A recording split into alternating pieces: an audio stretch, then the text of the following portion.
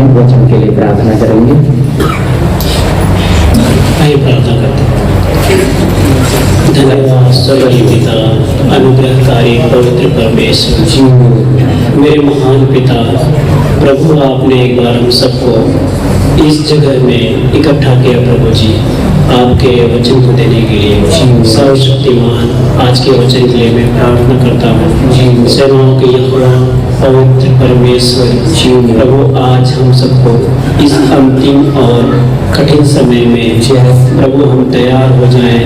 आपने हमें जो वचन देने के लिए इस जगह में इकट्ठा किया प्रभु जी, प्रभु हम विनती करते हैं कि स्वर्ग से हमारा सहायक पवित्र आत्मा हमारे प्रभु आपके दास के जरिए हम सबसे बात करिए और हम सबके हृदय में प्रभु जी आपका वचन पटिए के समान जिस तरह आपने लिखा था उस पटिए में, वो ही हमारे हृदय रूपी पटिए में वचन समा जाए और हम उस वचन के जरिए सिद्ध और पवित्र करके आपके समानता और स्वरूप में बदल जाए। संसार की चीज़ों को छोड़ करके प्रभु जी आपके पवित्र वचन में बढ़ते जाएं। सेनाओं के यहोवा मेरे परमेश्वर स्वर्ग से प्रभु सहायता करें, मदद करें और जितने भी वचन सुने उनका हृदय, उनका मन, उनका जीवन प्रभु बदले और वो आपकी महिमा में आगे बढ़े। वचन को रोकने वाली ताकत को, उसकी शक्तियों को प्रभु यीशु के नाम में बांधते हैं। आप एक एक हृदय में अपना वचन जाने के लिए उनके द्वार को खोल दें। हृदय के द्वार को बंद करके रखने वाला शैतान का ताकत को यीशु के नाम में कहते चला जाए। परम प्रधान प्रभु यीशु मसीह, आप स्वर्ग से कृपा दीजिए और पूरे मीटिंग पूरे वचन को आपके नेतृत्व में सौंपे। प्रभु हम आपकी महिमा करते हैं, प्रार्थना यीशु के नाम में, आमीन। सबको जय मसीह की। प्रियो, प्रभु का धन्यवाद, प्रभु ने इस प्रकार मौका दिया है आप लोग के बीच में और आप लोग को लेके आया। इस संगति में प्रभु ने हमें बैठने का मौका दिया है। कुछ लोग बहुत भोर में निकले हैं जो भाई बहन सूरत से आए हैं, लेकिन प्रभु का धन्यवाद, प्रभु ने उन्हें भी कृपा दी, संभाल के लेके आए। हमारे पास हमें जो इंतजाम करके दिया है उसकी योजना ही ऐसी है कि ऐसे समय पे कम से कम प्रभु ने हमें आत्मिक भोजन के लिए, आत्मिक संगति के लिए कितना वातावरण तो बना के दिया। तो इसका हम फायदा उठाए। याद रखिए, हम यहाँ किसी मनुष्य को देख के नहीं, अपने जीवते पिता के पास आए हैं और उसकी आवाज हम सुनना चाहते हैं। हमारे जीवन में क्या जरूरत लगनी है, क्या कमी है, वो अपने वचन के आईने से हमारे सामने रखता है। हमें उन बातों को समझकर अमल करना जरूरी है। अमल का मतलब है उन्हें मानना, उन पर चलना। खाली ऐसा नहीं है कि सुनकर ठीक है प्रभु चल रहे, तो याद रखिए फिर वो ऐसे व्यक्ति अपने आप को धोखा देते हैं। पर परमेश्वर के वचन में वो शक्ति है, परमेश्वर के वचन में वो सामर्थ्य है। देखिए, मैं प्रभु का धन्यवाद देता हूँ, यह वचन देने के लिए प्रभु ने गए महीने भी बहुत दबाव था। जो कीमत में दे रहा हूँ अभी मुझे प्रभु ने अगुवाई नहीं दी बताने के लिए। इतना कीमत दे के मतलब यहाँ खड़ा रह के ये संगति चला पा रहे हैं, भारी कीमत। लेकिन ये कि उससे जितना ज्यादा दबाव आएगा हमें पता लगता उतना ही आत्मा का काम होता है। कलीसिया के ऊपर जितनी सताव और जितना कष्ट आएगा उतना ही वो आत्मा में बढ़ेंगे। अगर हम ये चीज के टाइम पे पीछे हट जाए तो हम जीवते ईश्वर के, जीवते परमेश्वर के लोग हैं ही नहीं। इसलिए हमारे जीवन में उसी द्वितीय पत्रस ने लिखा उस बात को बड़ा सोचता हूँ कि वो कहता है कि कष्ट को क्या बना ले, हथियार बना ले। क्योंकि शैतान हमारे जीवन में क्या डालता है, सबसे ज्यादा मसीह लोगों, प्रभु के लोगों को क्यों परेशान करता है? पारिवारिक बातों से कष्ट, पैसे की बातों से कष्ट, बीमारियों से कष्ट, हर तरफ कष्ट आता है। और पत्रस बोलता है कि क्या करो, कष्ट को क्या बना लो, हथियार। यानी कि अगर आपका हथियार ही कष्ट होगा तो शैतान खड़ा रह पाएगा? इसका मतलब है आपने अपने उस मन को तैयार किया है कि मैं कितना भी कष्ट आए, कितना भी मुझे घोर अंधकार की तरह से जाना पड़े, तो भी मैं हानि से डरूंगी या डरूंगा नहीं। ये आपका दृढ़ विश्वास होना है, तब आएगा परखने वाला। और याद रखिए, आप सरलता से उसके ऊपर से गुजर जाएंगे। पर अगर आपका मन तैयार नहीं होगा तो वो समस्या आपको दबाकर पीसकर आपका सब लूट कर ले जाएगी। क्या लूट कर ले जाएगी? आपकी पवित्रता, आपका विश्वास, आपका प्रभु के साथ का रिश्ता खत्म कर जाएगी। क्योंकि आपके मुंह से वो शब्द आएंगे, क्या किया प्रभु ने। इसको बोलते ना अविश्वास। क्यों आया वो बातें आएंगी? क्योंकि हम उन समस्याओं का सामना नहीं कर सके। पर क्यों नहीं कर पाए? क्योंकि उन समस्याओं को लड़ने के लिए आपके पास चाहिए था वचन, आपको चाहिए था आपके बनाने वाले के साथ रिश्ता, वो संबंध। आपको उलझा दिया। आज विषय पर उन्हें ऐसा दिया है, देखो, आत्मा को अपने जीवन में काम करने दो। ये विषय मुझे आगे लेना है, मैंने कई बार थोड़ा सा लिया था। कोई सवाल होगा तो आप पूछ सकते हैं। यही दो बात आपको सिखानी है जो प्रभु ने दी। रात भी मैं 2:30 बजे तक प्रार्थना, 4 बजे मैं सोया हूँ। 2:30 बजे वचन मेरा रीडिंग वाले पाप का लिख के, उसके बाद एक लड़ाई थी 4 बजे तक। मैं प्रभु से कृपा मांगता रहा, प्रभु सिर्फ 2 घंटे नींद दे देना, क्योंकि 2 घंटे नींद दे दूं बस, ताकि मुझे प्रार्थना में क्या ना हो, कोई आलसीपन ना आए एकदम। क्यों? आपकी आत्मा चला है तो अच्छी तरह समझना। ऐसा नहीं है आप सोचेंगे भाई पास्टर तो फ्री है, आराम करके आ रहे हैं, और मैं 1 घंटा पहले आने की कोशिश करता हूँ यहाँ आप लोग से पहले। क्यों?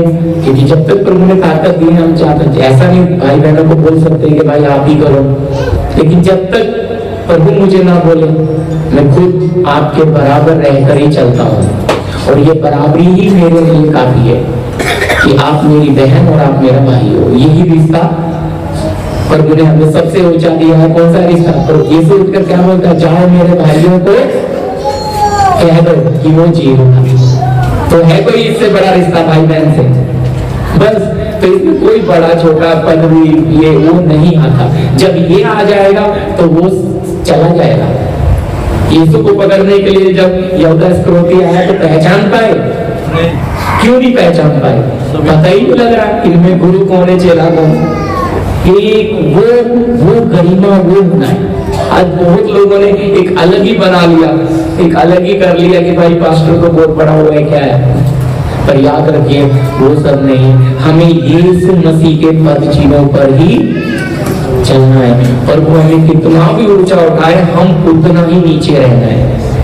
वही होता है कि प्रभु हम में बढ़े, हम घटे। इसलिए जीने के टाइम पे क्या आ जाता है, लोग कहते नहीं जीना है तो वचन जब तक हम जिएंगे नहीं तब तक हमारे जीवन से प्रमाण नहीं निकलेगा।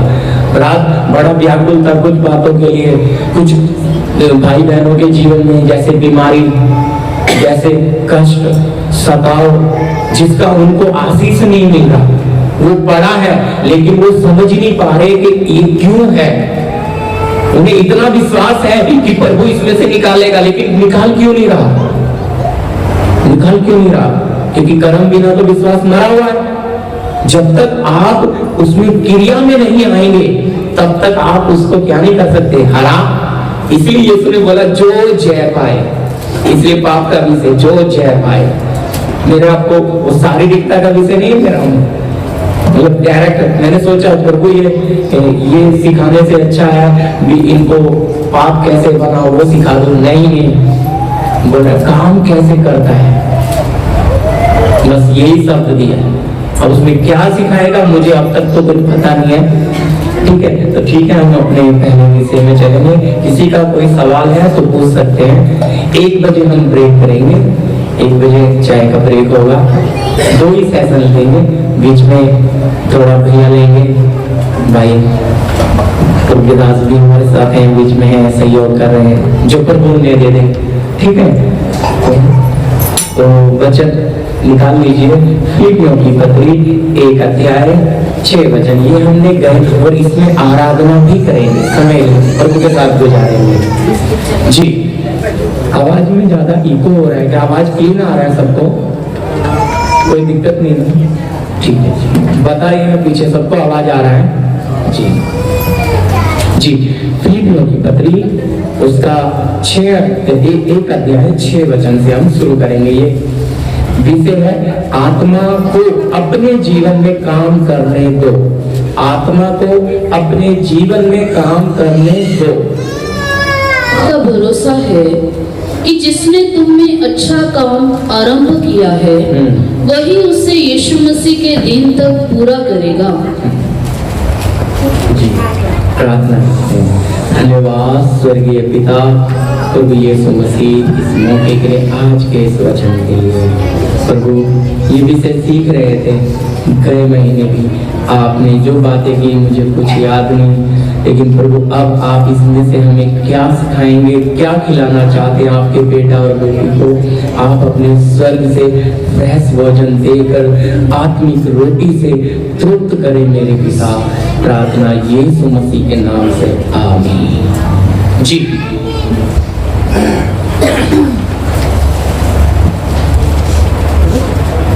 पढ़िए। मुझे इस बात का भरोसा है कि जिसने तुम में अच्छा काम आरंभ किया है जी, वही उसे यीशु मसीह के दिन तक पूरा करेगा। हाँ देखिए यहाँ लिखा है जिसने तुम्हारे अंदर अच्छा काम आरंभ किया। हाँ, हम ये वचन बहुत बार पढ़े हैं, सुने हैं, लेकिन समझना उस बात को याद कराने के लिए किसने आपके अंदर अच्छा काम आरंभ किया है? हाँ जी, है ना, पवित्र आत्मा ने, परमेश्वर ने। तो अगर उसने काम आरंभ किया है तो खत्म भी कौन करेगा, पूरा भी कौन करेगा? तो यहाँ क्या शब्द क्या है? मुझे इस बात का भरोसा है। जिसने क्या किया है? जिसने तुम में, देखो प्रभु का दास कितनी सरलता और उस प्यार के भाव से लिखता है। पवित्र आत्मा आपकी कलीसिया के लिए, हमारे लिए है, और पौलुस को प्रभु की कलीसिया पर कितना विश्वास है। तो कहता है मुझे इस बात का भरोसा है कि जिसने तुमने अच्छा काम आरंभ किया वही यीशु मसीह के दिन तक पूरा। हमें नहीं पता प्रभु की आमद कब आ जाए। हम इस महीने मीटिंग कर रहे, अगले महीने कर पाए नहीं कर पाए, हमें नहीं पता, सच है। लेकिन एक आया है जिसने आपके और मेरे दिल में काम करना शुरू किया है। क्या काम कर रहा है? तो मैंने आपको टाइटल में बोला पवित्र आत्मा को आपके जीवन में काम करने दो। बहुत लोग, मैंने आराधना में उस बात को लिया कि क्या करते हैं, अपनी मन मर्जी नहीं छोड़ते, अपनी इच्छाएं नहीं छोड़ते। इन बातों में जब पड़े रहते हैं तो पवित्र आत्मा शोकित होता है। एक बात समझना, जब हम किसी चीज को अर्पण करते हैं तो उसका हक, अर्पण करने वाले का हक उस पर रहता है क्या फिर? है? लेकिन इस बात में बहुत विश्वासी कमजोर हैं। प्रार्थना में, आराधना में अर्पण करते हैं कि हाँ प्रभु अब मैं ऐसा नहीं करूंगी, ऐसा नहीं करूंगा, लेकिन बाद में महीना 6 महीना जाने तो वही बातें। क्या हमारा अर्पण करना इतना हल्का है? देखिए हम सब अन्य जातियों से निकल कर आए हैं, अच्छी तरह समझिएगा। हमें पता है कि अगर भगवान या देवताओं को अर्पण करी हुई चीज नहीं लेते थे क्योंकि वो उसमें घुस जाएगा, ऐसा करके डराते थे लोग, सच है। उनके लिए अगर 1.25 रुपया भी, 11 रुपया भी निकाल के रखा है, वो जाके गंगा में पानी में डालेंगे, लेकिन उसको क्या नहीं करेंगे, खाते हुए। अगर शारीरिक लोग इन बातों में इतने अच्छे हैं, हम आत्मिक लोग क्यों ऐसे हैं? हम बोलते हैं प्रभु मैं इस जवान को अर्पण करता हूँ या करती हूँ, यह आएगा पाप के विषय में, लेकिन समझिएगा फिर भी हम उस जवान से क्या करते हैं? बहुत खतरनाक है। इससे प्रभु की महिमा, इसी से हम संसार, ये तो खतरनाक है। एक ही सोते से 2 जल का पानी कैसे निकल सकता है? इन्हीं कानों को आप दे देते हो दूसरों को सुनने के लिए, इन्हीं विचारों से, इन्हीं आंखों से। ये सब क्या है? अच्छी तरह समझना। समर्पण का मतलब तो समझे, मत करो ना। अगर आप समर्पण करते हैं ना, आपके जीवन का न्याय आपको देना पड़ेगा। मैं आपको डराना नहीं चाहता। पौलुस ने भविष्यवाणी करी है कुरिन्थी में, अवश्य है कि हमें न्याय सिंहासन के सामने हम सब का हाल खुल जाएगा। हमने जो भी अच्छा और बुरा काम किया है वो उसका क्या पाएंगे? इस देह के द्वारा, देह में रहकर। तो यानी कि शरीर में रह के भाई प्रदीप ने अपने जीवन को अर्पण किया है। अब प्रदीप इस शरीर से कितना प्रभु की महिमा करता है, इसके लिए कितना वो अपनी मनमर्जी, वो कितना समर्पण में चल रहा है और कितना मनमर्जी कर रहा है, ये किसी को बताने की जरूरत नहीं। सच्चे न्याय के सामने अच्छा तराजू है। वो तराजू कभी क्या नहीं करता? अन्याय वो जैसा है वैसा ही प्रकट करेगा।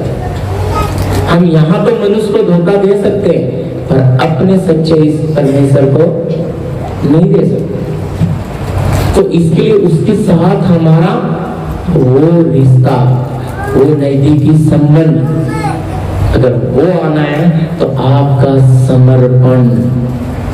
अच्छा काम तो पवित्र आत्मा ने आरंभ किया, आप समर्पण में कच्चे हैं। आत्मा को जैसे काम करना है मौका ही नहीं मिलता। इशारा देती है आत्मा, मेरी बेटी, मेरा बेटा, इधर करो, ये करो, नहीं ये करेंगे। वो धीमी आवाज दब जाती है और ऊंची शारीरिकता या मन की या अभिलाषाओं की आवाज ऊंची होती है। इसीलिए वो आत्मिक आवाज को महत्व कम मिलता है और शरीर की आवाज को ज्यादा, क्योंकि शरीर की आवाज में अपना फायदा नजर आता है और आत्मा की बात में थोड़ा नुकसान नजर आता है। अब शरीर बोलता है नुकसान क्यों उठाना, खतरा है। आपने समर्पण किया क्यों? नुकसान उठाने के लिए। अब आप फायदे की तरफ कैसे झुक रहे हो? पौलुस अपनी पत्री में लिखता है, भाइयों मैं डरता हूं मेरी दौड़ धूप कहीं व्यर्थ ना ठहर जाए। तुम दिन महीने सालों को मानते हो, अभी भी रीति रिवाज करते हो। मसीह ने आपको कहां से निकाला? स्वतंत्रता के लिए स्वतंत्र किया, आप फिर से दासत्व के जुए में जा रहे हो। स्वतंत्रता क्या है? समर्पण क्या है? हमें ये बात समझ में कम आती है, इसीलिए हमारा समर्पण, याद रखिए, समर्पण करे हुए लोगों को सच्चे न्याय के सामने हिसाब देना है। आपको आपकी ताकत का, आपकी सुंदरता का, आपके पैसे का, आपकी हर चीज का हिसाब देना है, क्योंकि आपने अपने शरीर को जीवता और भाव का परमेश्वर को बलिदान किया है।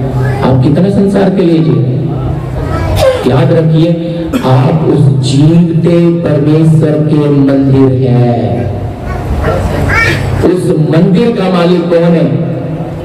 बोलिए, इस मंदिर का मालिक कौन है? यही जीवता ईश्वर ना। तो इसकी चलनी चाहिए या प्रदीप की चलनी चाहिए? यही है मन मर्जी करना पाप। वचन हम सोचेंगे भाई गाली देंगे तो पाप हो जाएगा, लेकिन आप क्यों नहीं समझ रहे? उत्पत्ति में कौन सी, आप देखेंगे हवा और आदम ने क्या पाप किया? आज्ञा उल्लंघन ही तो किया, अपनी मन मर्जी ही की। वहीं पे आदम बगीचे से बाहर निकाला, महिमा का बस्तर चला गया, जीवन चला गया, मौत ने उनके ऊपर शासन किया। तो आप समझते हो आप ये मन मर्जी करना कितना कठिन समय आएगा। कठिन समय आएगा क्या, आ गया, लेकिन इस कठिन समय में कैसे चलना है। जैसे जैसे आप प्रभु के आगमन को, उसके समय को करीब आता समझोगे, प्रभु में ज्यादा बढ़ोगे संसार में? बताइए किस में ज्यादा बढ़ेंगे, प्रभु में या संसार में? आप जांच कर देखिए। हमें हालात बता रहे हैं हमारा प्रभु नजदीक आ रहा है। कितना नजदीक है हमें नहीं पता। देखो प्रभु कितनी, हम क्योंकि हम तो हजारों साल से सुन रहे हैं, 2000 साल हो गए ना प्रेरितों से चल रहे कि प्रभु आ रहा है, प्रभु आ रहा है। पर मैंने आज को बताया प्रभु के आगमन के लिए हम तैयार हो जाए। लेकिन भाई प्रभु आ रहा है, हमारी तैयारी तो वो भी 2000 साल से बोलते हैं कि आप पता कब आएगा। वचन में लिखा बहुतों का प्रेम ठंडा हो जाएगा, क्योंकि लोगों को लगेगा अरे किधर आएगा, आएगा जब आएगा। अभी तो घर बनाओ, अभी शादी करनी है, बच्ची दे दी प्रभु ने। अब ये नहीं देख रहा उस बच्चियों को मुझे स्वर्ग लेके जाना है, मैं ये देख रहा हूँ कि भाई बस अब इस बच्ची की शादी कैसे करनी है, इसके लिए क्या जोड़ना है, इसके लिए कैसे करना है, हाँ अब क्या करना है, घर बनाना है, अब क्या। इन बातों में मन फंसा पड़ा है। अब जब इन बातों में फंस, यही तो चाहता आपका मेरा विरोधी, हम आत्मिक करें पर अंदर से सूखे और खाली रहे। ऊपर से मखोटा रहे मसीह का, अंदर पूरा संसार भरा रहे। यही थे शास्त्री और फरीसी। यीशु बोलता है ऊपर से चूना फिरी हुई कबर, अंदर से सड़ा हुआ मुर्दा। आपका मेरा विरोधी यही चाहता है हम प्रभु को तो माने, वो मखोटा तो रखें, अंदर से कभी ना बदले। अंदर से बदल गए तो याद रखिए जीवन में राज्य करेंगे। तो इसलिए हम देखिए, हम यहाँ बैठे अलग अलग जगह से हैं, लेकिन अगर आप दिल से पूरी पवित्रताई से आप एक दूसरे को देखें तो आपको आपकी बहनों में माँ भी नजर आएगी, बहन भी नजर आएगी, बेटी भी नजर आएगी, भाई में बाप भी नजर आएगा, बहन, समझ रहे, वो आपका नजर। तो उसका मैं भी कुछ दिन पहले संडे को सिखा रहा था विश्वासियों को, तो परमेश्वर का घराना पहला विषय रिकॉर्ड नहीं हुआ, तो लेकिन उसको मैं अभी लीडरों के लिए बोलेंगे तो भाई बहुत खतरनाक है। प्रभु के दास ने सिखाया था पृथ्वी के लोग और स्वर्ग के लोग, बहुत डीपली बता दिया। मैं कह रहा हूं अगर वो मैं अगर डाल देता तो फिर मैं YouTube पे नहीं डाल सकता था मैसेज, क्योंकि नए लोग भी सुनते हैं। इतना काट दिया उन्होंने कि पृथ्वी के परिवार क्या है और स्वर्ग का परिवार क्या है। मैं बोला प्रभु, मैं इसलिए वचन देने से पहले प्रभु से प्रार्थना, प्रभु कितना खोलना है, ठीक है हमारे पास है प्रभु ने, कितना ही वो हजम कर सकते हैं उतना ही देना है। आज भी समर्पण के बाद भी लोगों में क्या है, क्या मन है, आपको अच्छा नहीं लगेगा कि नहीं बिल्ली रास्ता काट गई रुक जाओ, प्रभु में चलते हैं, नहीं बच्चे को नजर न लग जाए, काला टीका लगा दो, क्या हो जाए, ये आज भी अंदर पड़ा है। हम निकल तो आए लेकिन उन चीजों को अभी भी हमारे साथ में चल रही है, और कहते हैं हम पवित्र बन जाए। कैसे बन जाएंगे बताइए, कैसे बन जाएंगे? याद रखिए अगर छोड़ते हो तो पूरा छोड़ो या छोड़ो ही मत। प्रभु मुझे तो कृपा दे, मैं छोड़ूंगी या छोड़ूंगा तो पूरा, या दिखावा नहीं करूंगी या करूंगा, क्योंकि मैं परमेश्वर के घराने का सदस्य बन रहा हूं। मैं प्रभु के घर की बेटी और बेटा बन रहा हूं। अब मुझ में कोई ऊंच नीच बड़ा छोटा कोई नहीं है, सब एक है। अब मैं मेरे भाइयों एक घर के लोग हैं। अब एक घर के परिवार क्या करते हैं? एक दूसरे की चिंता करते हैं, एक दूसरे के लिए वक्त से पहले। मालूम है, घर का एक सदस्य तकलीफ में होना, सारा परिवार बेचैन रहता है। घर में छोटा बच्चा बीमार हो जाए, घर के 5 लोग हैं, 5 तकलीफ उठाते हैं, क्योंकि पति भी बिस्तर में पड़ा रहे, वो बच्ची को कब बुखार ठीक होगा, वो भी सब पे चिंता उठा रहा है। समझते हैं? इसको बोलते हैं एक देह, एक प्रभु की कलीसिया। तो याद रखिए, देखो प्रार्थना भी जुड़े रहना। शैतान ऐसा मन बनाएगा हम अलग रहें, अलग अलग क्यों? बोलिए अलग क्यों? पहले देखो मैं सबको फोन करता था, धीरे धीरे बढ़ता गया। फिर मनोज भाई को दे दे, मनोज भाई आप से सब संपर्क रखें, क्योंकि मैं उन चीजों में रहूंगा तो फिर भाई मैं किसको इन्फॉर्म करूंगा? कुछ नाराज हो जाएंगे तो मैं किसी को भी फोन नहीं करता। भाई लोग खुद करेंगे या खुद पूछें, क्योंकि फिर क्या होगा? पास्टर क्या करता है? भेदभाव करता है, अपने लोगों को कर दिया और हमें नहीं बताया। याद रखिए, आपका फर्ज है अपने भाई बहनों से क्या करें? मिलकर। कम से कम आपको ये तो होना चाहिए कि हाँ, अपने मन की बात आपको लगता है चलो पास्टर से बांटने से अच्छा है भाई से तो बांट सकें। जब तक आप उन बातों को बांटेंगे नहीं, वो एक परिवार वाली फीलिंग आएगी नहीं, तब तक आपके अंदर वो बात सड़ती रहेगी, सड़ाहट की तरह।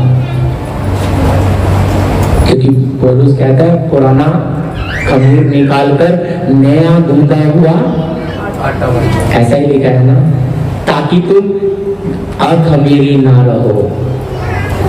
बहुत खतरनाक है भैया। तो इसका मतलब आपस का प्यार कितना होना है। आज आत्मा काम क्यों नहीं कर रही? ये सब बातें समस्या बनी हुई है।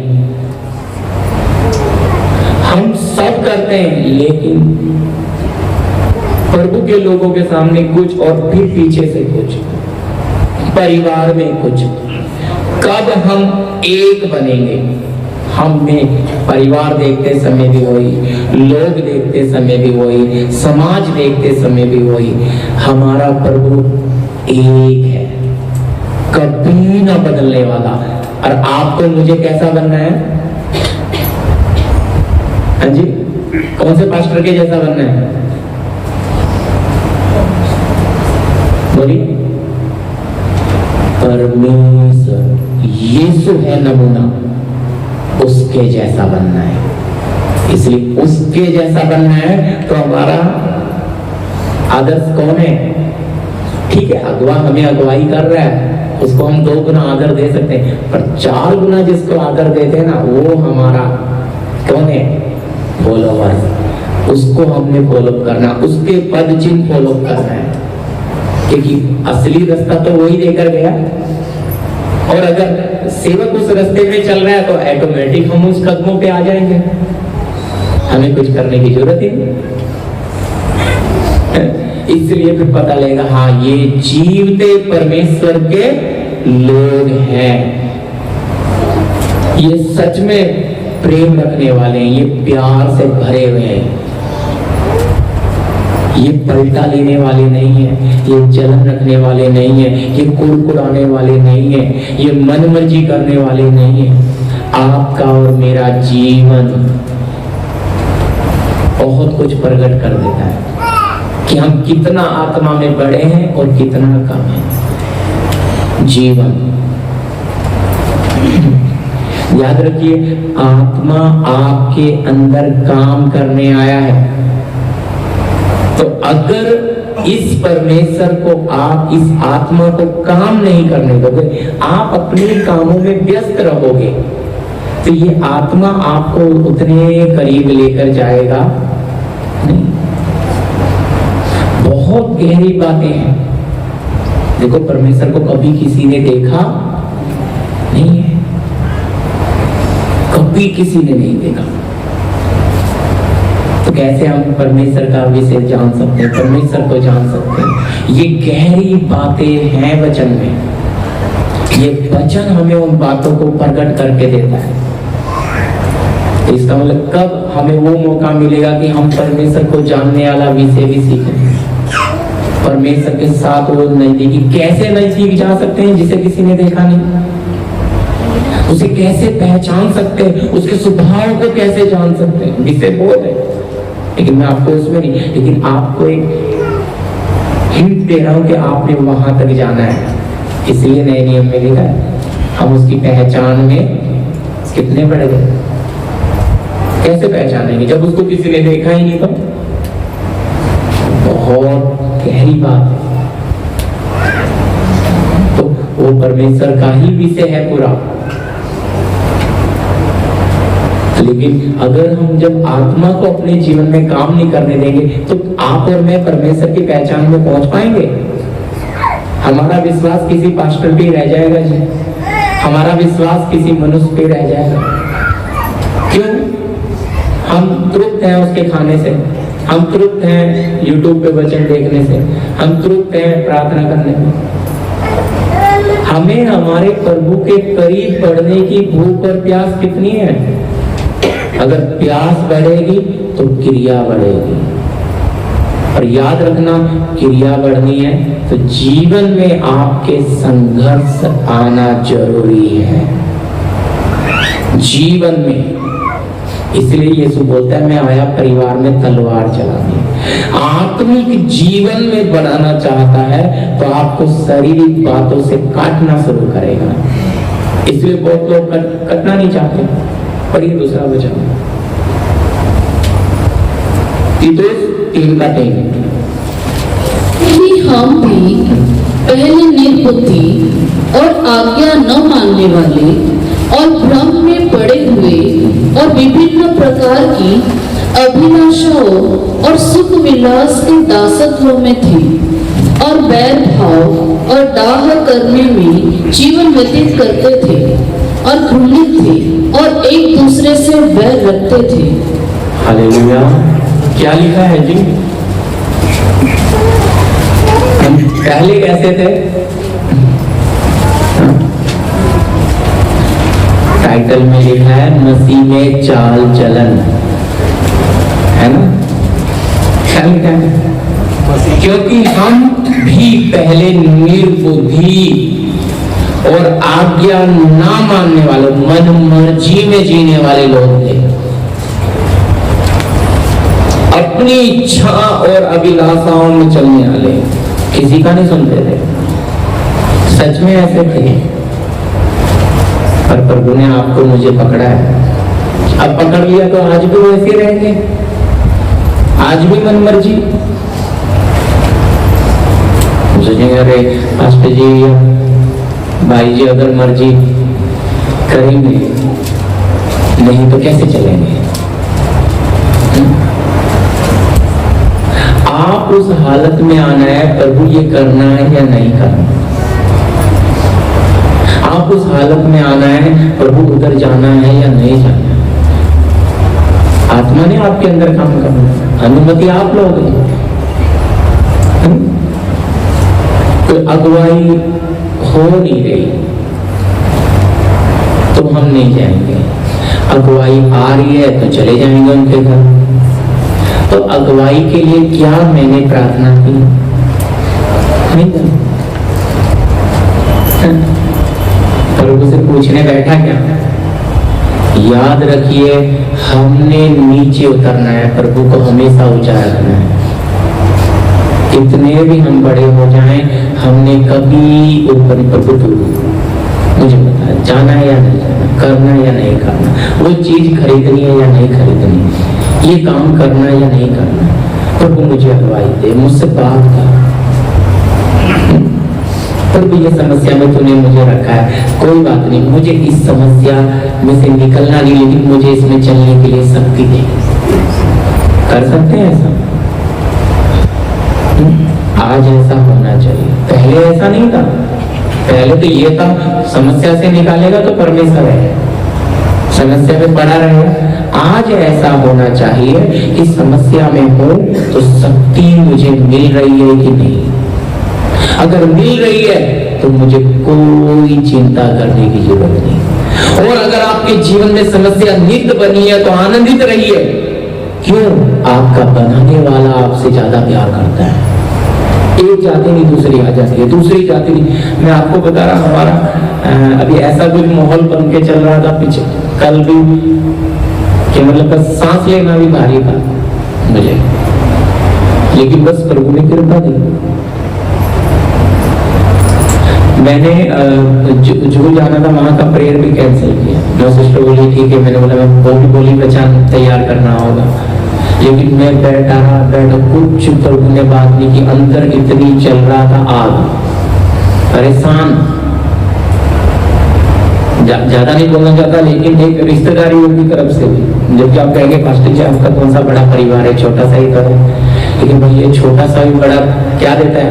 छोटी सी खराश, छोटा सा कांटा अगर लग जाए, क्या पूरे शरीर को तकलीफ होती है कि नहीं? बोलिए, ये चीज है। वो फराज जब तक अगर नहीं उसको निकालेंगे वो भाई पक जाएगा। वो इसलिए मैंने वो गवाही नहीं मारना चाहता, लेकिन बहुत ये गए महीने में हुआ एक हमला है और भी भयंकर वाला। धन्यवाद। अब ये पता लग रहा है प्रभु आपको अधिकार देगा तो आपके जीवन में उतना ही संघर्ष बढ़ेगा। आज लोग कहते हैं कि संघर्ष नहीं होगा तो सेवा अच्छी करेंगे। भाई आप सेवा कर नहीं सकते अगर आप प्रभु की प्रार्थना आत्मिक जीवन में बढ़ना, तो आपके जीवन में नित्य संघर्ष बना रहना है। इसलिए वचन में लिख कर दिया पौलुस ने कि अगर उस पर विश्वास करते हो तो उसके लिए दुख भी, आप लोग बताइए, दुख भी क्या करना है? उठाना है। ऐसा ही लिखा है ना, मैं नहीं कह रहा प्रभु का वचन कि आप उस पर विश्वास कर रहे हो और दुख से भाग क्यों रहे हो? आप उससे भागना नहीं है, उसको हराना है। साल लगे, 2 साल लगे, 5 साल लगे, 10 साल लगे, मैं प्रभु बैठा हूं, तेरी सामर्थ तेरी शक्ति से हराऊंगा, लेकिन मैं ढीला और कमजोर पड़ूंगा नहीं। मैं उस कितनी भी बड़ी समस्या आने दो, जय देने वाला परमेश्वर मेरे साथ है। ये विश्वास होना है ना अंदर। फिर समस्या के तो ऊपर आ गए आप, उस समस्या को, वो समस्या आपको हिला नहीं सकती। लेकिन अगर आप डगमगाते हो, अगर आपके अंदर 2 मन है तो खतरनाक। आप कब किधर समस्या को देखकर पलटी मार जाओगे बोल नहीं सकते। लेकिन अगर आपका मन स्थिर है, आपका समर्पण मजबूत, तो ये आत्मा को आप काम करने दोगे, इतना अभिषेक दे देगी, इतनी शक्ति दे देगी कि आप उस समस्या के ऊपर आ जाओगे।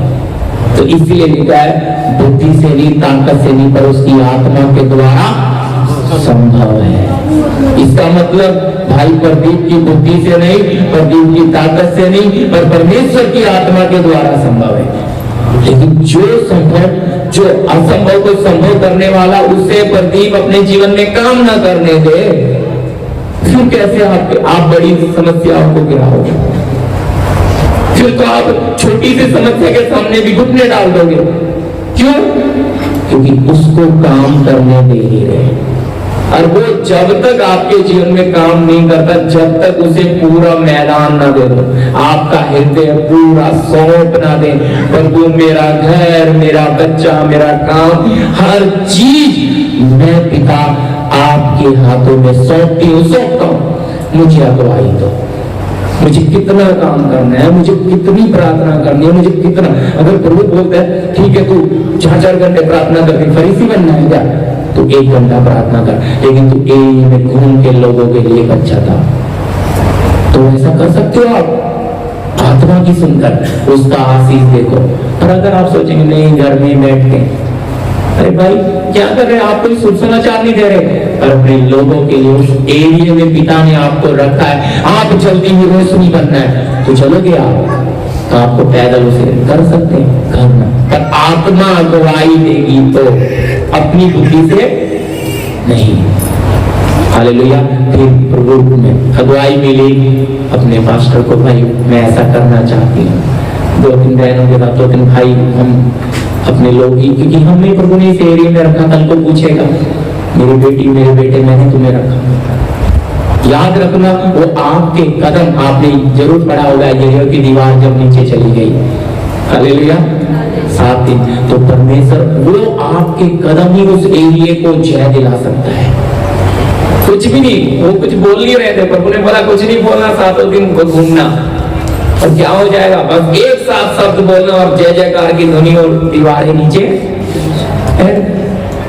लेकिन क्या आज वैसा हम सोचते हैं कि आत्मा हम सोचेंगे प्रभु 8 घंटे काम करने से थोड़ा टाइट हाथ है, 12 घंटे काम कर लेते हैं, और 12 घंटे काम करके थोड़ा सा समय आपको भी देंगे, आप प्रभु संभालो, इसमें आशीष दो। जब में एक अच्छी तरह समझना, आप को जो प्रभु दे रहा है उसमें आप तृप्त नहीं हो, तो आप 12 के 14 घंटे भी काम कर लोगे, आप दुखी रहोगे, क्योंकि आपने अब प्रभु 8 घंटे में क्या उतना आप तो हमें नहीं दे सकता। बोलिए क्यों नहीं देता, क्यों नहीं देता? अभी समझने के लिए आपके घर में बच्चे हैं, एक बच्चा छोटा है 5 साल का, एक 10 साल का, 5 वाले को आप 100 रुपया दे दोगे, 500 का नोट दोगे क्या? बोलिए, वो 100 का हिसाब मुश्किल से करके ला सकता है दुकान से एक चीज, उसमें भी गड़बड़ करके आएगा, लेकिन 500 का तो इसी तरह जब थोड़े में आप वफादार नहीं है, प्रभु आपको बहुत उस थोड़े में आप बनकर देखिए। देखिए मेरे परिवार से आज तक मुंबई में कोई नहीं है, मैं बड़ा कड़वा हूँ इस चीज में। मैंने बोला प्रभु का पैसा मैं ना तो तुम्हें खिलाने में दे सकता हूँ ना घुमाने में, आना है आ जाओ, होटल बुक करूंगा, यही जगह कब से मेरी पहचान है इधर, ये मेरे वाला उधर एक बेतेल चर्च है, ऊपर रूम है, चंद्रपाल पास्टर भी यहीं आते थे। मैंने सबको यही बोला भाई मैं तुम्हारे लिए जगह बुक कर दूंगा, रहना खाना तुम्हारा, घुमा दूंगा, मैं प्रभु का पैसा नहीं लगा सकता, क्योंकि मैं इस चीज में क्या हूं, एक समर्पण। प्रभु ने मुझे ना बाइक के लिए कभी नहीं बोला, मैंने कई बार पूछा प्रभु लेना है नहीं, कभी। जब आप सोचेंगे दुनिया भर में बात, पैसा हमें से ज्यादा 4-5 हजार चला जाता है रिक्शे में, क्या गाड़ी नहीं ले सकते? लेकिन नहीं, तो लोग तो भाई सोचते हैं पास में बाइक तो छोड़ो, जिन्हें कुछ भी नहीं आता वो कारें लेके घूम रहे हैं, और मेरी जिंदगी भी चली जाएगी अगर प्रभु ने नहीं बोला। लाइसेंस बना के रखा है कार का भी बाइक का भी, मैं रिमूव भी कर लेता हूँ, लेकिन क्यों नहीं चला, दूसरे की चलाता भी नहीं, गांव भी गया 3 गाड़ियां दी नहीं, प्रभु ने दी नहीं, आप कहेंगे कैसा पागल इंसान है। मैं पूछता हूँ प्रभु करना है या नहीं, चाहिए या नहीं, तो इसका मतलब आप सोचेंगे भाई ये तो बड़ा खतरनाक है, प्रभु तो दास सिखाते थे, मैं तो खाना भी प्रभु से पूछ के खाता हूँ, अगर पवित्र आत्मा बोलेगी 2 रोटी खाओ तो 2 ही खाऊंगा, भूख 4 की है। आप आत्मा को काम करने देते, आपको तो बस थोड़ा सा सुराख मिल जाए कि चलो भाई इधर से गाड़ी हो जाएगी तो थोड़ा करके ले लेते, फायदा और सुख हो जाएगा। याद रखिए जितना आप दर्द उठाते हैं ना, दूसरे का दर्द समझते हैं। मैं इधर सिस्टर के घर आया था तो बड़ा बस में बहुत दब गया, सांस भी उड़ गया, इतना 207 में है, इनको भी बता रहा था, और आनंद है, वो बाकी लोग भी तो चल रहे हैं ना प्रियो। अगर आप इस शरीर को कष्ट देने के लिए हमेशा तत्पर रहेंगे तो याद रखना आप प्रभु में दिन प्रतिदिन बढ़ेंगे। ऐसा नहीं है कि पैसा नहीं है, भाई बहन मुझे मदद करते हैं, ऐसे हेल्प करता है प्रभु, रिक्शा से जहां आ सकता हूँ, लेकिन फिर भी कंजूसी करता हूँ नहीं, कष्ट के साथ। क्यों? प्रभु का पैसा है, प्रभु में खर्चने की कोई, लेकिन अपने स्वार्थ के लिए, हाँ प्रभु बोले मुझे ये ले लो, गाड़ी ले लो, वो ले लो, तो कोई बात नहीं, बोला ही नहीं तो क्यों लेना, पैदल चलेंगे, अच्छा है, शरीर फिट रहेगा। तो इतना सतत क्यों? नमूना कौन बनना है? सेवक ही तो बनता है। अब मेरे पास गाड़ी नहीं रहेगी तो भाई बहन सोचेंगे पास्टर सुख में, पास्टर कैसा जी रहा है? इसका मतलब ये नहीं है कि लोग गाड़ी नहीं लेनी, गाड़ी जिसको जरूरत है ले सकते हैं। एक बात कर रहा हूं, आप सोचेंगे मुझे 21 साल हो गया मुंबई में, नहीं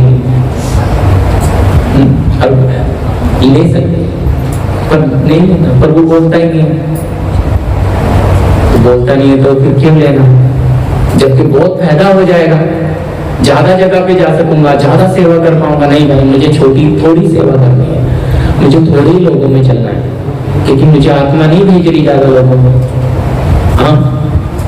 हाँ ठीक है, प्रभु जिसे बोझ दे रहा है वो करे, जिसे जरूरत है, लेकिन याद रखना स्वार्थ अपना ध्यान, कष्ट उठाने का वो मन रखना, कष्ट उठाने का, जानबूझ कर उठाने का।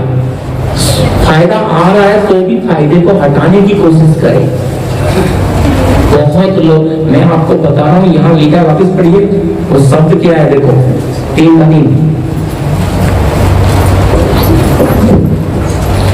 क्योंकि हम भी पहले निर्बुद्धि और आज्ञा न मानने वाले और भ्रम में पड़े हुए और विभिन्न प्रकार की अभिलाषाओं और सुख विलास के दासत्व में थे और बैर भाव और दाह करने में जीवन व्यतीत करते थे। जी, क्या लिखा है?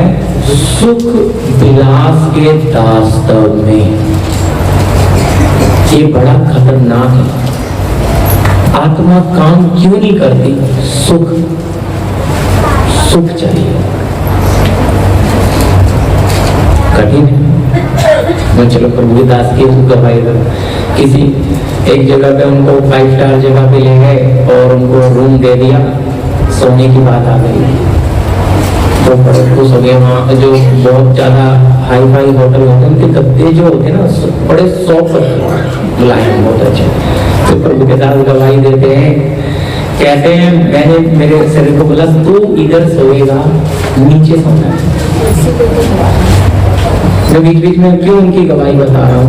हम तो जी रहे हैं पर हमें भी नमूना उधर से मिला है। होते हुए भी आप उसका आनंद ना लेना, ये तो पागलपन है। समझे ना मेरी बात? होते हुए सामने आपके चिकन की कटोरी रखी, क्योंकि घर में जाके आपको मुंह में पानी आ गया, खुशबू आई ना चिकन की, नॉन वेज बन रहा, बहुत अच्छा खाना बन रहा है, पसंद का मटर पनीर बन रहा है, चलो वेज खाने वालों के लिए। अब आपका काम क्या है? तो पानी क्यों आया मुंह में? दोबारा आना चाहिए? नहीं। अब दोबारा नहीं आना तो उसको सजा दो, खाना नहीं, मिर्ची नमक के साथ खा लेंगे, लेकिन यही नहीं खा। और हम कहाँ छोड़ देंगे जी? पानी आया तो इंतजार करेंगे, जल्दी आ जाए, जब बन के प्लेट में आएगा खाना है। आत्मा कहती है कितना लालची है, कितना सुख चाहता है। आपका और मेरा ये गंदा शरीर सुख मांगता है। आप उसको जितना सुख दोगे उतना आत्मा में घटोगे, बढ़ोगे नहीं। अच्छी तरह समझना। आप तो इसलिए प्रभु, हाँ जरूरत है, ठीक है, खाओ, हर चीज प्रभु ने हमें दी, लेकिन याद रखना जब आपके अंदर आप खुशबू आपके नाक में आ गई और आपका विचार एकदम से बन रहा है, तो कौन लाया?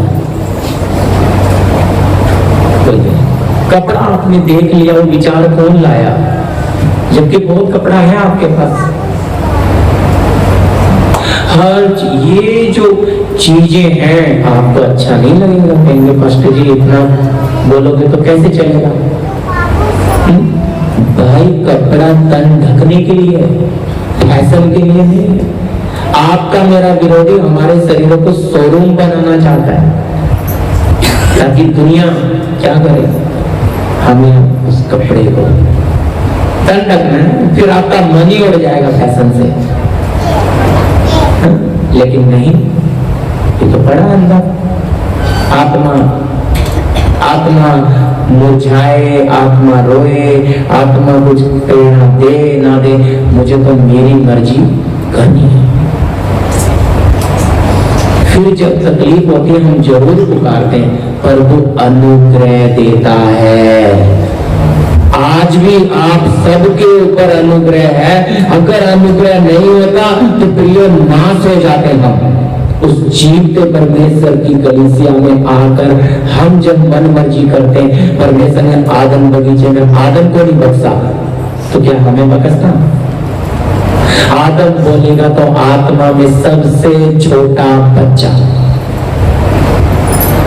सबसे छोटा बच्चा आदम का तो पवित्र आत्मा का काम कितना था? क्या लिखा है आपने पढ़ा है ना? हिजकेल तो पढ़ाऊंगा नहीं अभी। काम कहां तक था आत्मा का? टकनों तक। फिर कहां तक आ गया? आगे घुटनों तक। किसके टाइम पे आ गया?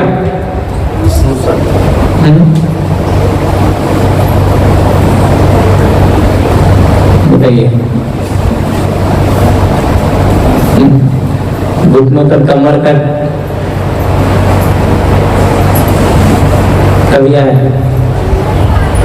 पवित्र आत्मा ने टखनों तक था, तो फिर नुहा के टाइम जो चल कर लेगा नाश हुआ, उसके बाद बेदी बनाई, आत्मा का काम घुटनों तक।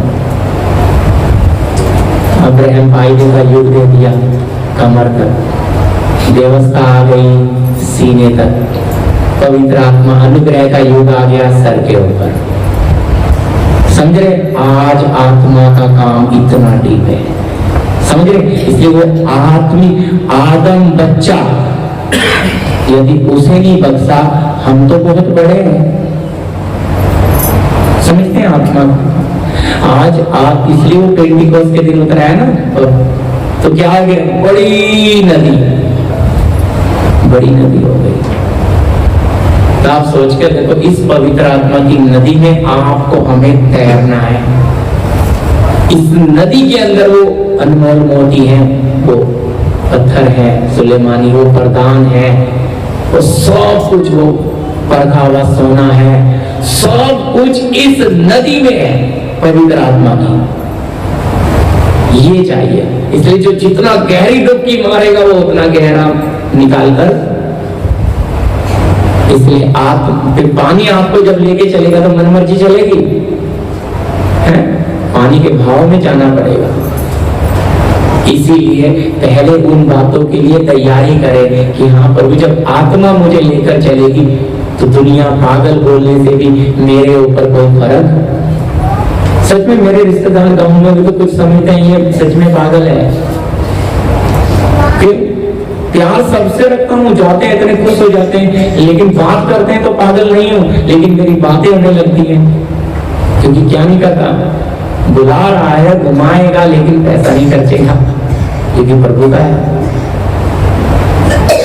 इतना सख्त, उतना ही प्यार, उतना ही सख्त।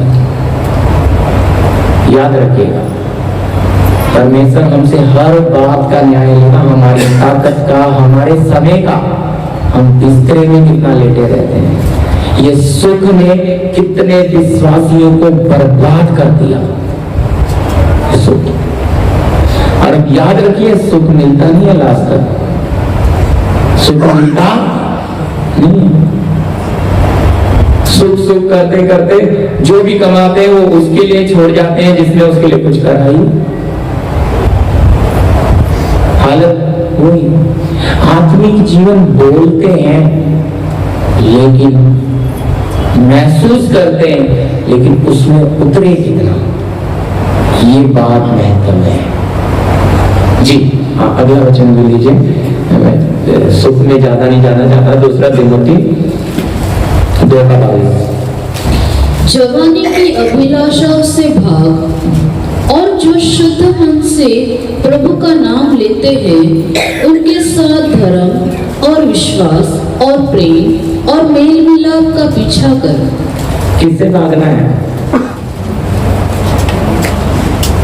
जवानी की अभिलाषा। देखिए, ये एक ऐसा समय आता है, शरीर बढ़ता है, तो उसके साथ क्या भी बढ़ती है? अभिलाषा।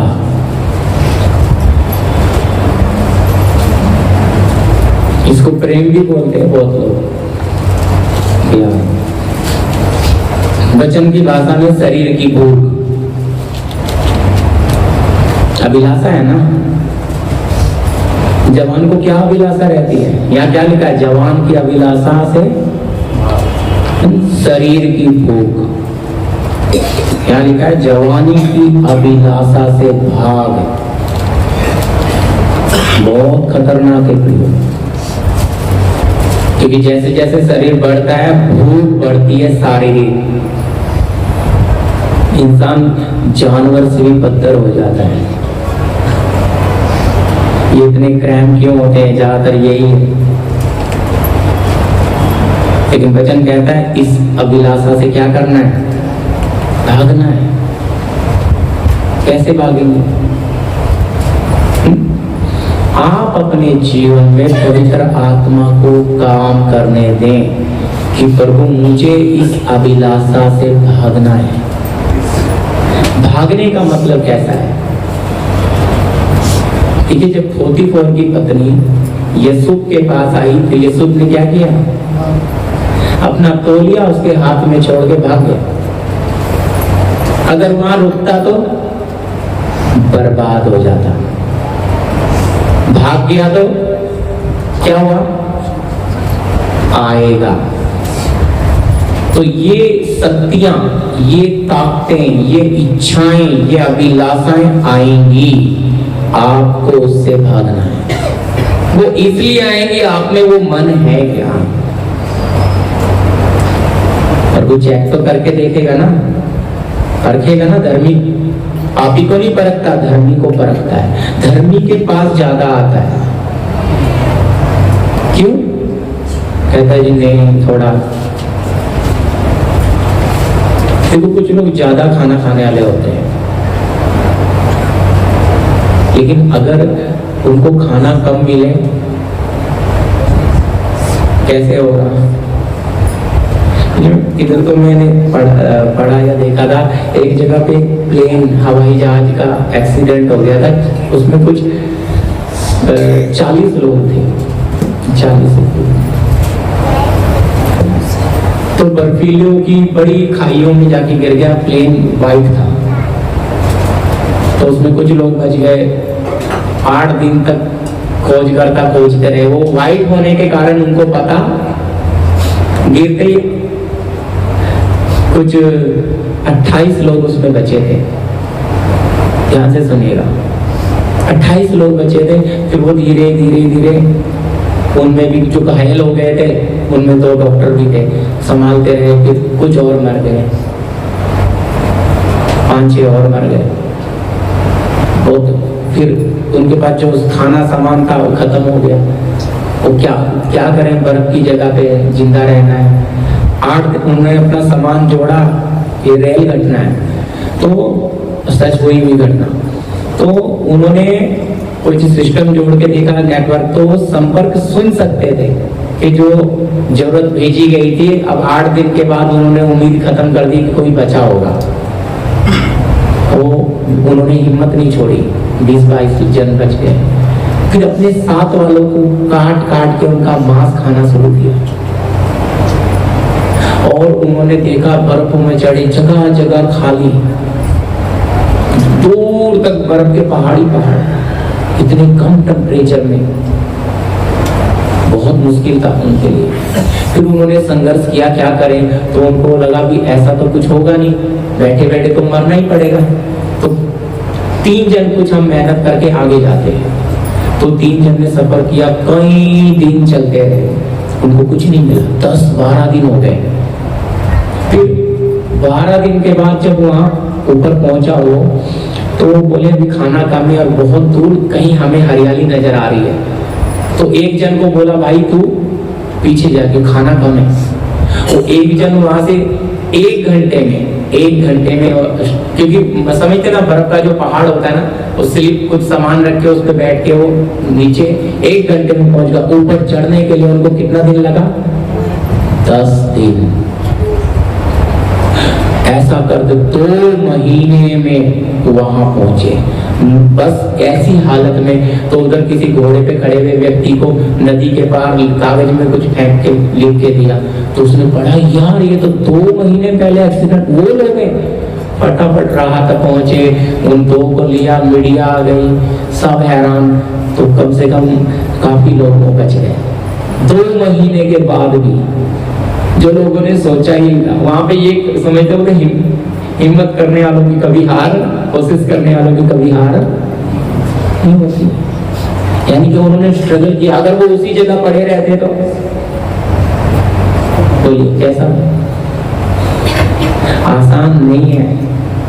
मैं आपको फिर बोलता हूं, अपनी शारीरिक बातों को छोड़ना अगर मन तैयार करो तो उनके लिए आसान नहीं था। उनका रिश्तेदार था, कोई किसी की बहन थी, किसी की पत्नी थी, उसके शरीर को खाना आसान था?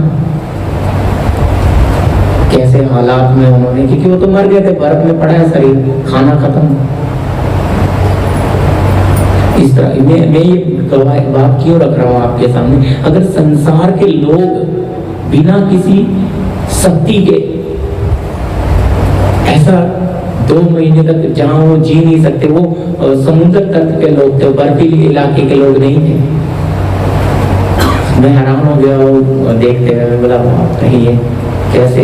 अगर वो आप और मैं आत्मा के पाए हुए लोग हैं, हम कहीं ऐसी जगह फंस जाए, अगर मैं खाना बहुत खाने वाला हूँ तो प्रभुदास के लोगों की गवाही आती है, उनको पकड़ लिया गया मुस्लिम परिवारों को, तो उनको जिंदा जलाने के लिए मैं उनसे मिला भी हूँ 2011 की लुधियाने की मीटिंग में। तो उनको जिंदा जलाने के लिए इकट्ठे हो गए ये लोग, भागे बच्चे को लेके। वो कहीं नाले में जाकर छुप गए, वही लोग ढूंढ रहे। 3 दिन तक पार्ले का बिस्किट पे वो जिए। अपने बच्चे को बिस्किट तोड़ के आधा खिलाते थे बस। कैसे हालात में? कोई पार्ले के बिस्किट पे। आज इंसान कहता है नहीं खाना। मैं आपको खाना बता रहा हूँ, शरीर की भूख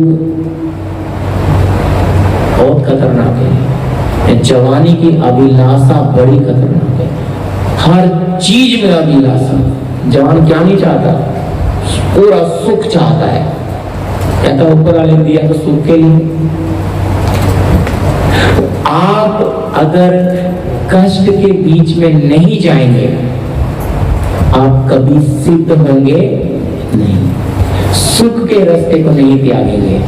इसलिए अभिलाषा उस बेल की तरह है जो आपको जकड़ लेती है और आगे जाने नहीं देती।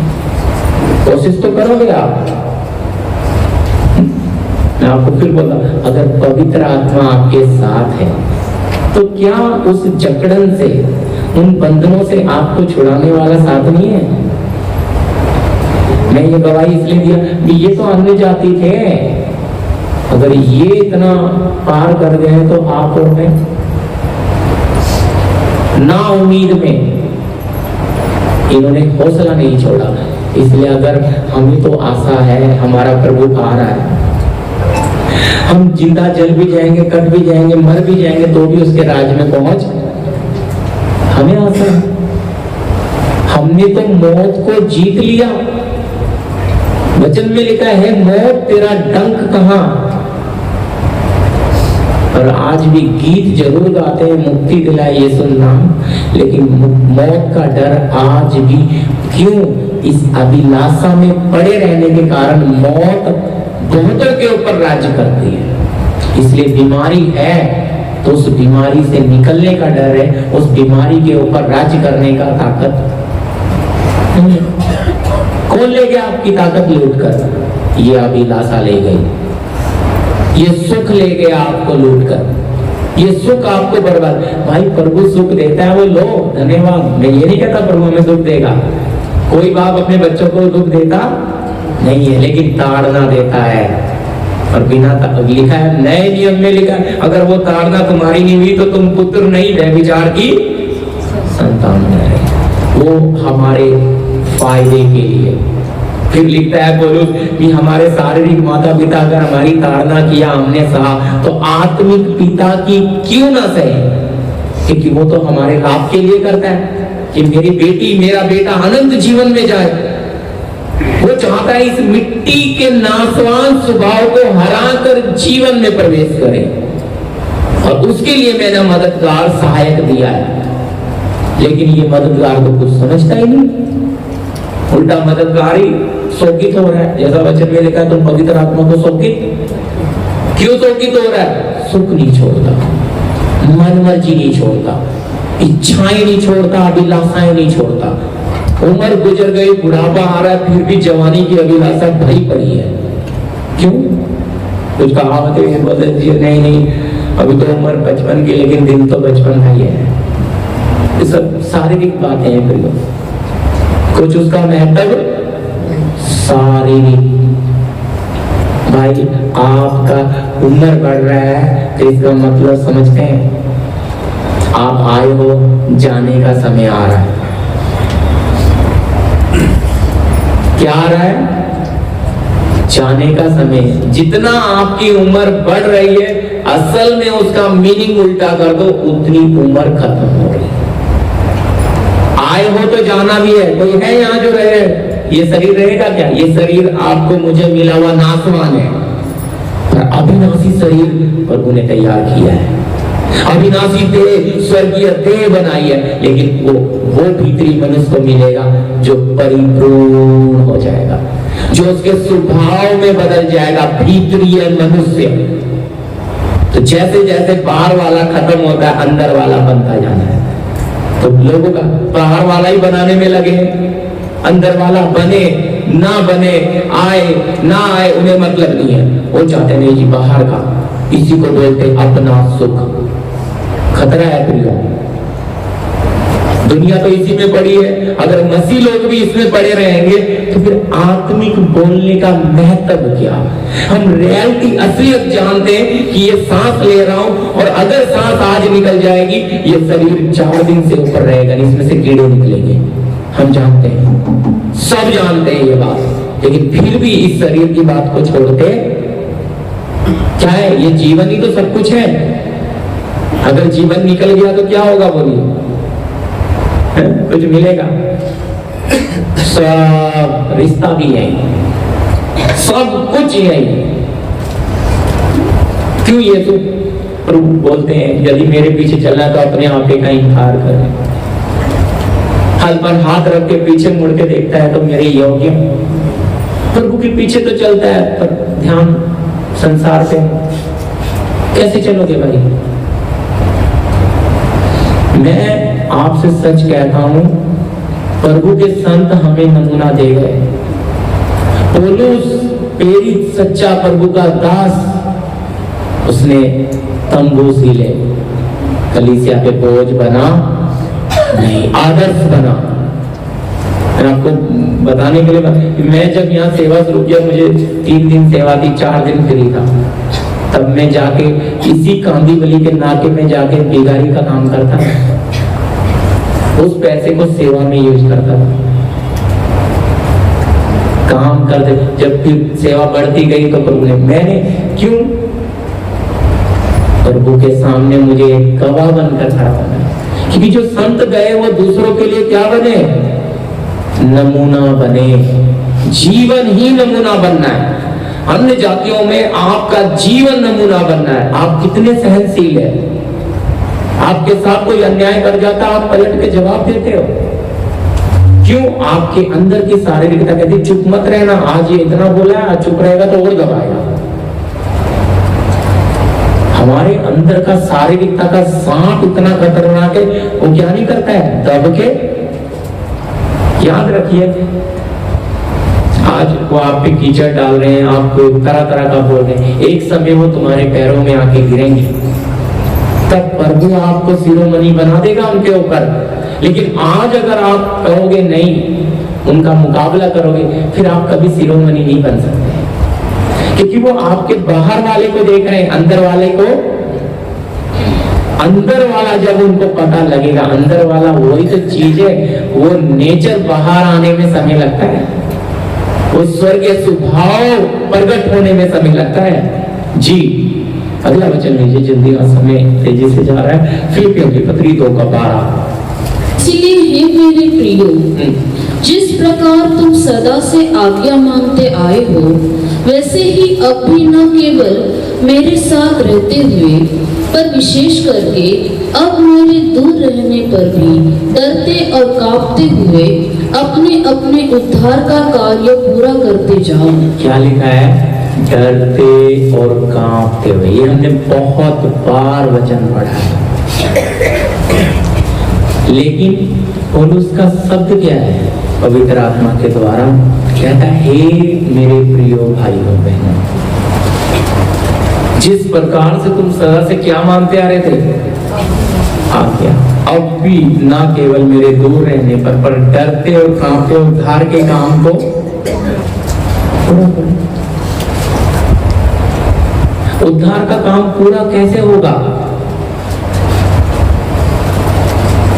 जब तक आप पवित्र आत्मा को अपने जीवन में काम करने नहीं दोगे। नमूना किसके पास है? बोलिए, इंजीनियर कौन है? स्वर्ग से आया हुआ इंजीनियर कौन है? कौन आपको कहां से कितना कितना काटना है, कौन करेगा ये काम? आपका जो ड्रेस, ध्यान से सुनिएगा, आपका जो स्वर्गीय कपड़ा बनाया है, स्वर्गीय देह तैयार की है, उसके अनुसार आपका शरीर, आप उसमें फिट आना है ना। समझने के तौर पे स्पेस में लोग जाते हैं, और मोटा आदमी है तो उसके लिए मोटा कपड़ा बनता है, स्पेस सूट बोलते हैं, वहां पे उसको उतारना भी नहीं। तो पतला आदमी है तो पतला बनता है, तो उनका नाप लेके बिल्कुल उसमें खाना, ऑक्सीजन, सब कुछ। उसी तरह पवित्र आत्मा आपको, मुझे एक आत्मिक स्वर्गीय जो देह देने जा रहा है, वो कपड़ा, उसके अनुसार हमारे शरीर को बनाएगा कि नहीं? बोलो, हमें पहले फिट करेगा। देखो यहाँ एक चलो बना है, ईंटों से जो बनाते हैं हम, तो ईंटों का सबका साइज एक जैसा होता है या छोटा बड़ा होता है? एक जैसा होता है ना। क्यों? ताकि वो बराबर जहां लगेगा मिस्त्री काट लेगा। तो प्रभु की आत्मा जब आपको मुझे बनाने आई है, तो लिखा है उद्धार के काम को पूरा करें। तो उद्धार का काम कहां पूरा होगा? हम करेंगे। आप इस इंजीनियर को, आप इस पवित्र आत्मा को आपके जीवन में, पवित्र आत्मा मुझे मुक्ति पानी है। देखो मैंने आपको बताया हुआ, वचन में सीखा, उद्धार पाया, उद्धार पाएंगे, उद्धार पा रहे हैं। पर अब ये तीन ही बातें हैं, असली बात क्या है? कब होगा उद्धार? इस मिट्टी के शरीर में उद्धार नहीं हो सकता है। डरते कांपते हुए इस मिट्टी के बर्तन को आप खत्म कर दें, तीन, लेकिन जब तुरी बजेगी और मुर्दे जी उठेंगे और हम जो जिंदे, क्या हो जाएगा? बदल जाएंगे। तो बदल कैसे गए? कहां से आया वो शरीर? क्यों पौलुस बोलता है कि पक्षियों का शरीर और है, जंतुओं का शरीर और है, रेंगने, इसी तरह स्वर्गीय देह भी है, पार्थिव देह भी है। क्यों लिखा है? हमें क्या विश्वास नहीं है? अगर प्रभु ने, तो हम ये मांस और लहू थोड़ा ही जाएगा स्वर्ग, ये अनंत जीवन के वारिस नहीं बनेंगे। इसलिए आपके लिए प्रभु, तो पवित्र आत्मा को पता है कि प्रदीप को कहां कहां से काटना है। पवित्र आत्मा को पता है, इस इंजीनियर के पास पूरा नमूना है। इसलिए यीशु ने बोला, मैं अपनी कलीसिया आप बनाऊंगा, आधो लोग के फाटक उस पे परवल तो काटने देते हैं। वो हाथ लगाता है, आप 2 फुट उछलते हो।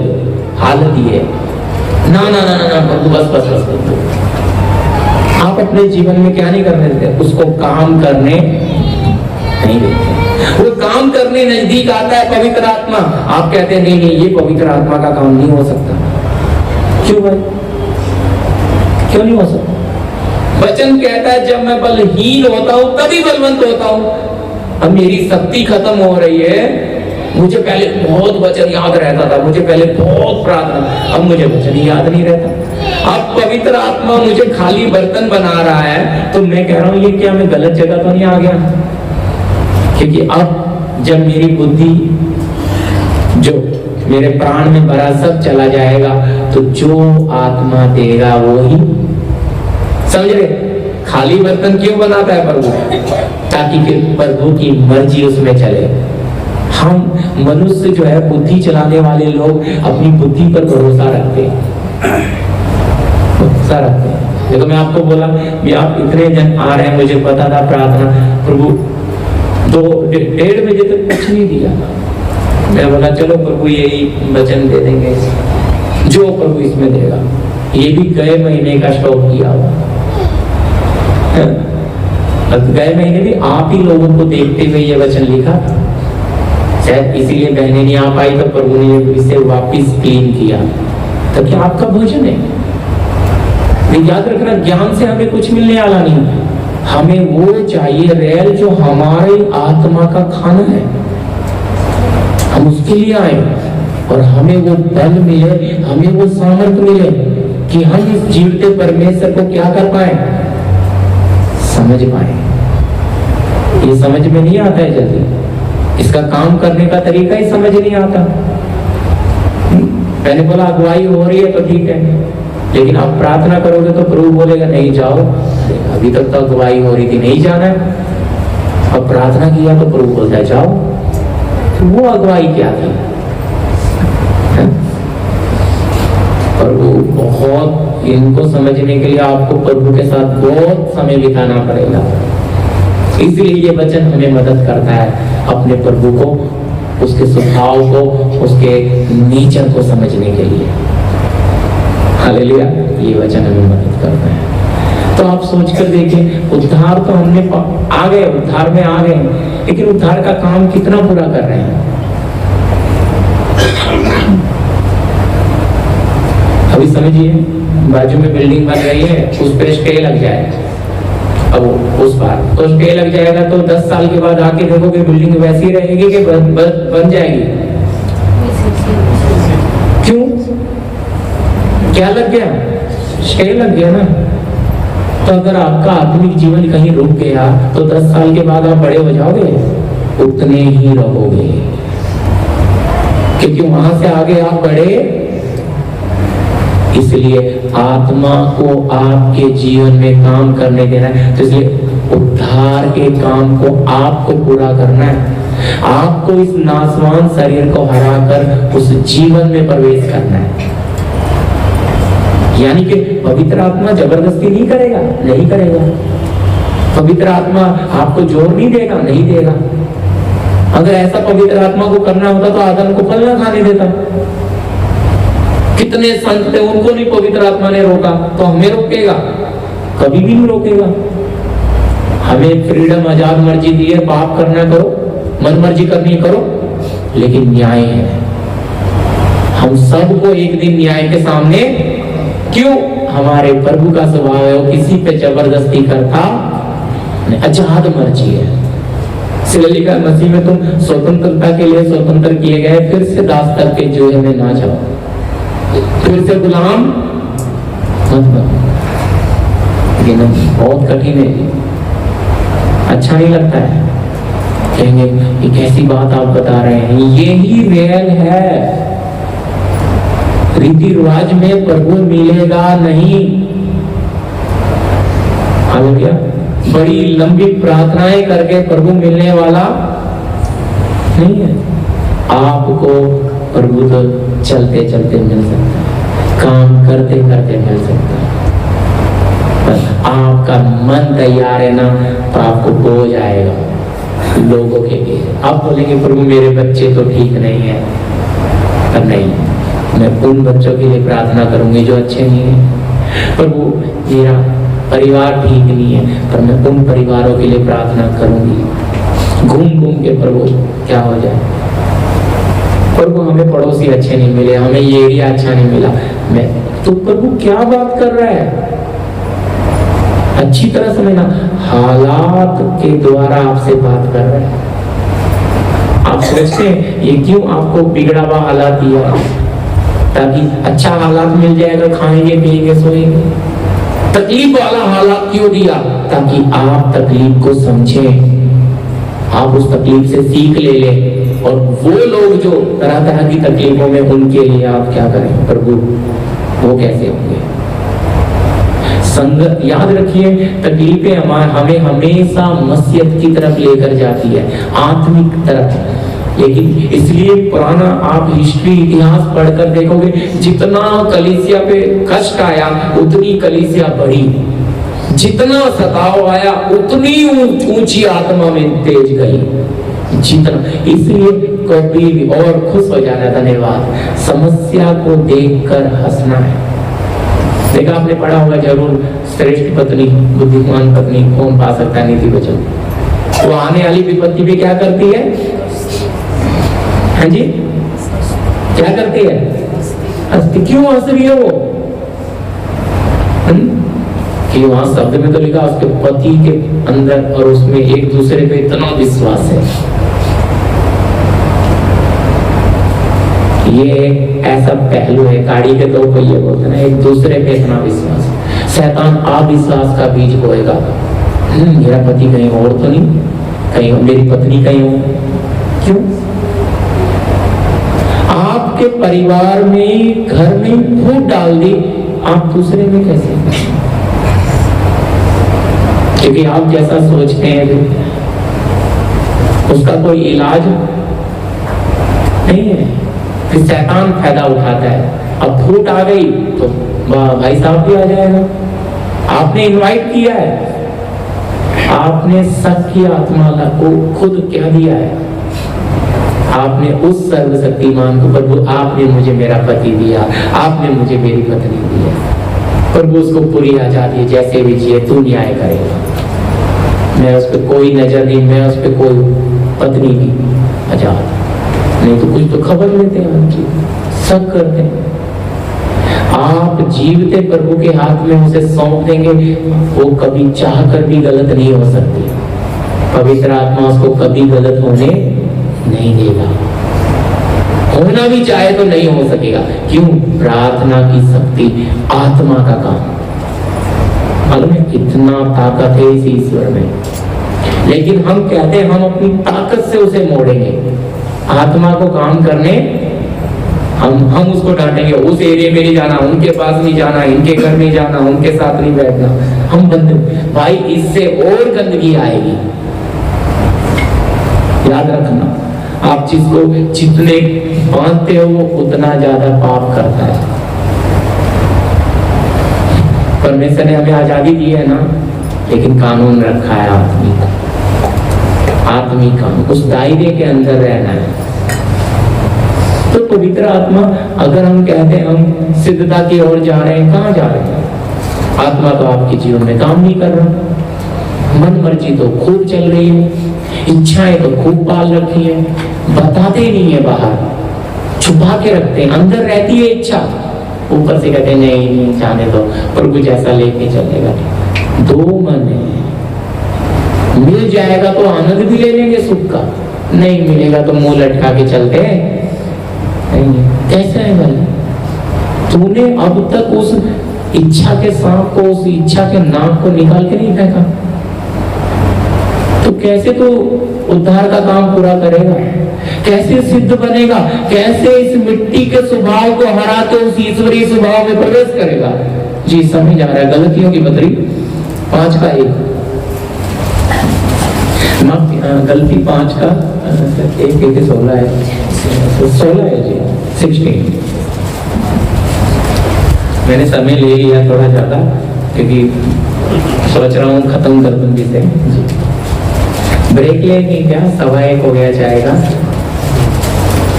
हाँ, थोड़ा सा फिर आधे घंटे का और ले लेंगे फिर, क्योंकि 4 वचन बाकी हैं।